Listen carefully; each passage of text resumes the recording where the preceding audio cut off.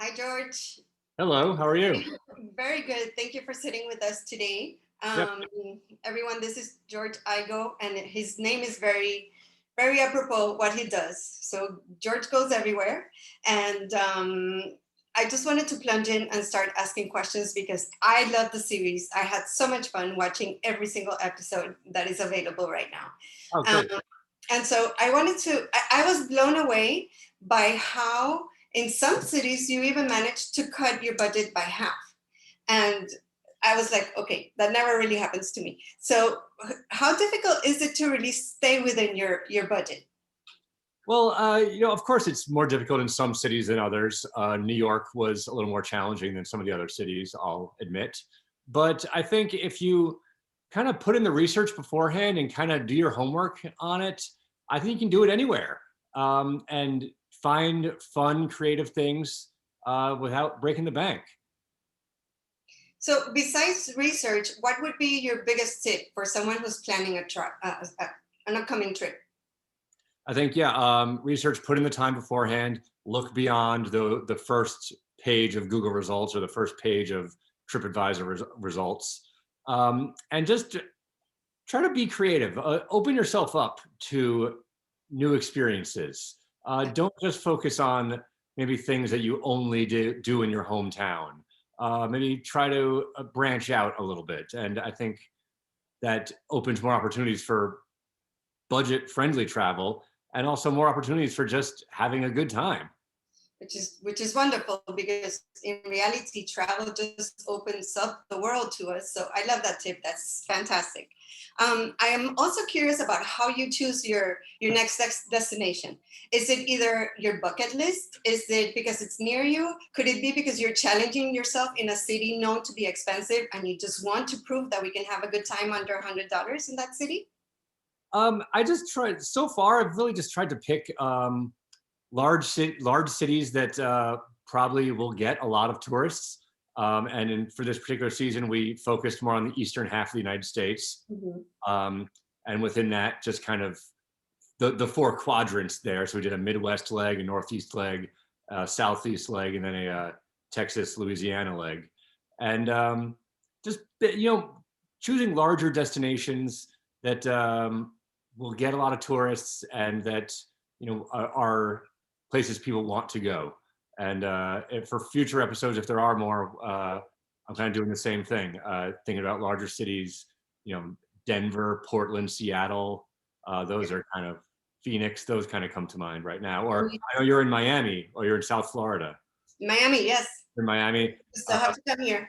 I have to come. I didn't go to Florida at all.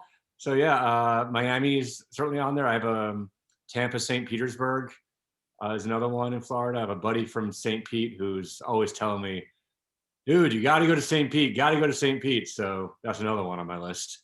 Yes, it's a beautiful city, but I am very curious how you're handling your budget in Miami. So please do come and show us the way. Yeah, yeah.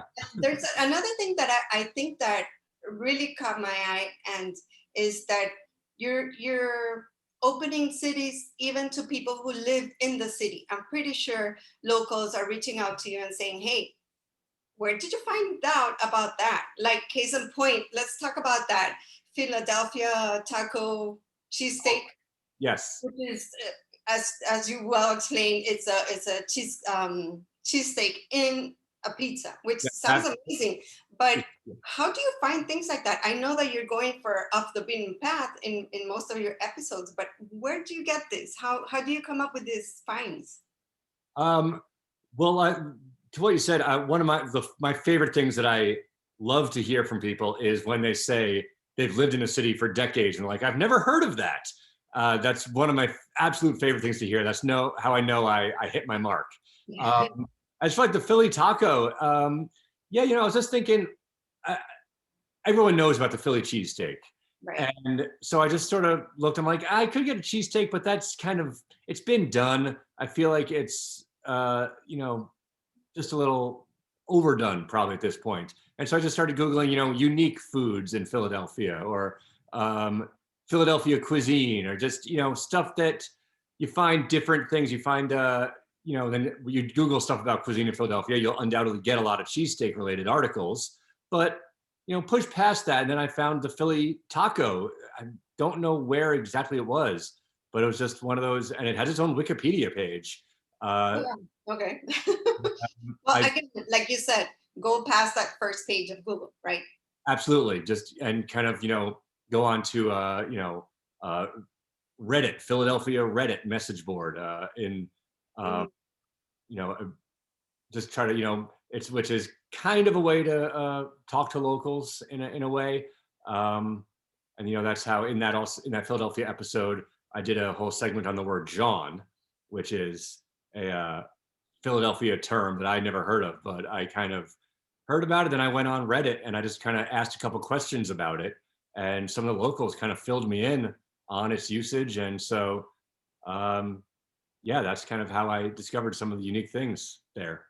Yes, plus we need to get in touch with the locals and hear what they have to say. Sometimes, even though we haven't seen everything in our city, one or two of us have a special place that is a good recommendation. So, Absolutely. um, I when I'm traveling, it's very difficult for me to keep in budget, especially when it comes to food.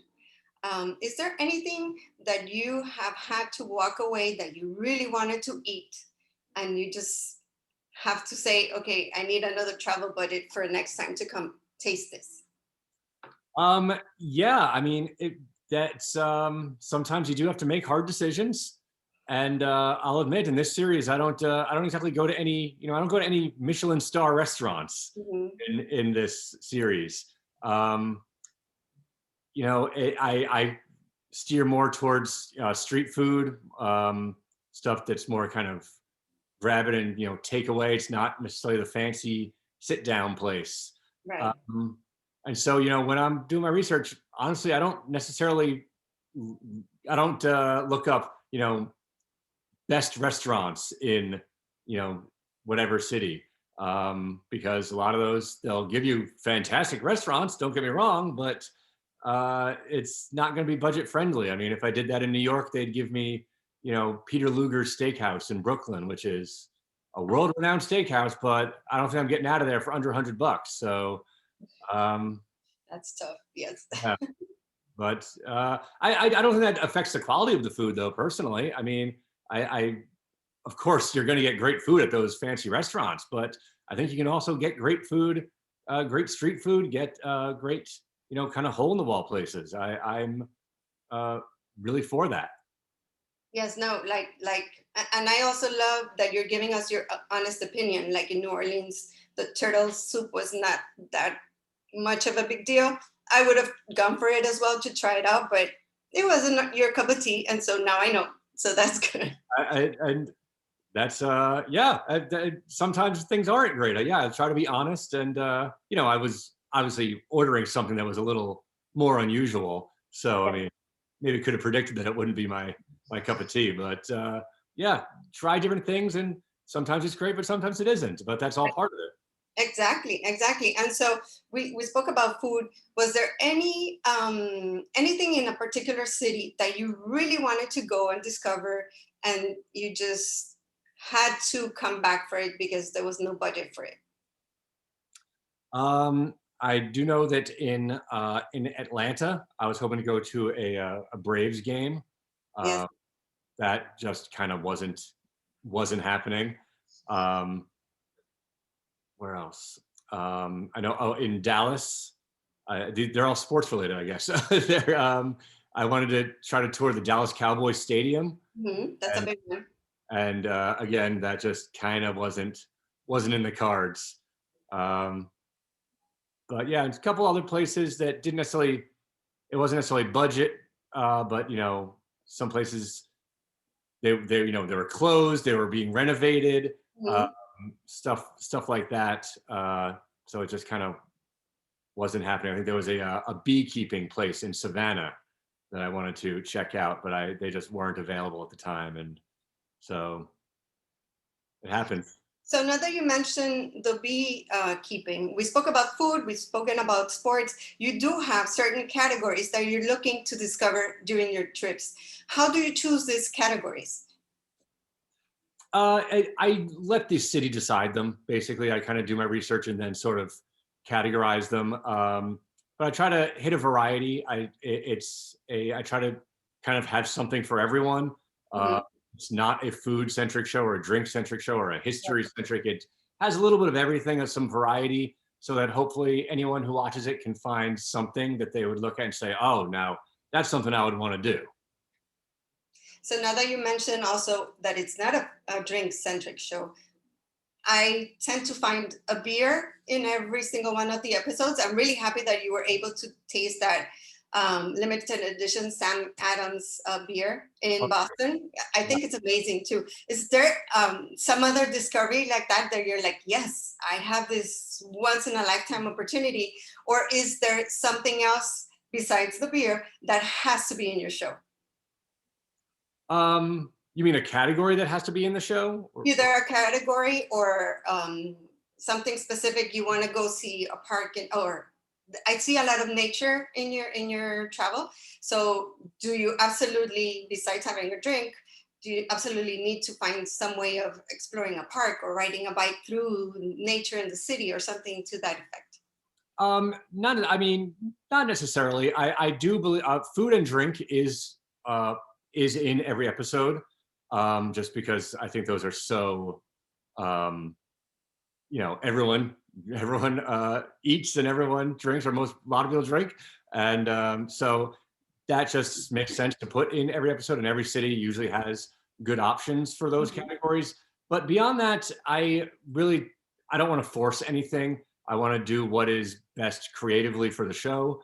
Um, I don't want to just include nature just because. I want to include nature because there's something really worth including. In Atlanta, for example, the Atlanta Botanical Gardens, which is I've been to botanical gardens all over the world. Really, I happen to enjoy them, and that's one of the best ones I've ever seen. It just has these huge hedge sculptures of animals, and it's just incredible artistry at work. And so, you know, that's a case of, if it didn't have that, I might not have included it in the episode, because I don't want to just shoehorn in nature. I want to go someplace that really showcases something special. Wonderful, perfect. And so that begs my next question, which has been the most surprising destination you have been at with the show so far? I'll say I think it's probably been Milwaukee, um, which people are surprised when I say that. But it's one of the smaller cities that I visited.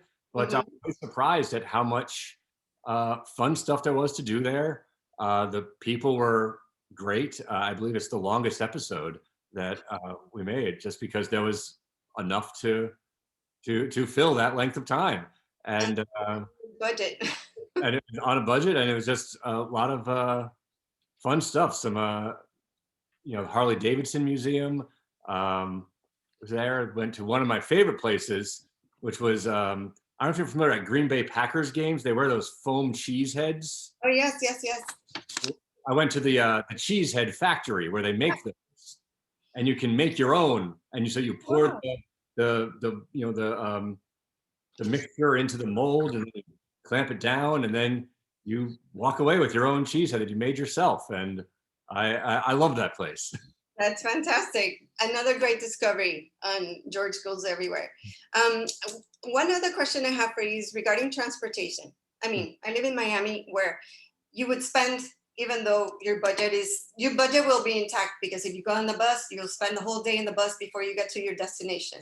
So how do you, besides of course your research, but how do you plan for being able to be effective in getting to know the city and going through the city and the places you want to be? Are you restricted by transportation besides budget? No, I mean, I personally like using public transportation. I use it whenever I can. Of course, it varies city by city. Different cities have different infrastructures in that regard. But I find public transportation is a great way to get to know the geography of the city. Sometimes, I certainly do take, cabs and stuff like that. Um, but I find sometimes when you take cabs, you just you get on the highway, and you go from one place to another, and you don't really necessarily orient yourself Mhm. geography of a city. So I kind of like public transportation in that regard, which is not to say I'll take an hour and a half on a bus to avoid taking a $9 cab ride. I mean, Mhm. you can do both, but personally, I try to use public transportation as much as I can. So my final question for you is, what's next on your bucket list? I mean, as I was saying, I'd love to make more episodes of this show. I mentioned some of the West Coast cities earlier. In terms of my personal bucket list, I mean, I'd love to go to New Zealand. International. International, oh yeah. Um, but we'll see. I think I'm not even allowed there right now, so we'll see what the next year or so holds. But that's kind of on my personal bucket list. Hopefully, they expand that bubble for us to go visit. In the meantime, I do want to say that I thoroughly enjoy your show. I think most of us eager to go travel and waiting to be able to do it will live vicariously and happily through your episodes. So, thank you very much for putting that together. And more importantly, thank you for taking the time to talk to us at Cool Moms, Cool Tips and share the world your great budget tips for awesome travel. Of course, thanks for having me. My pleasure.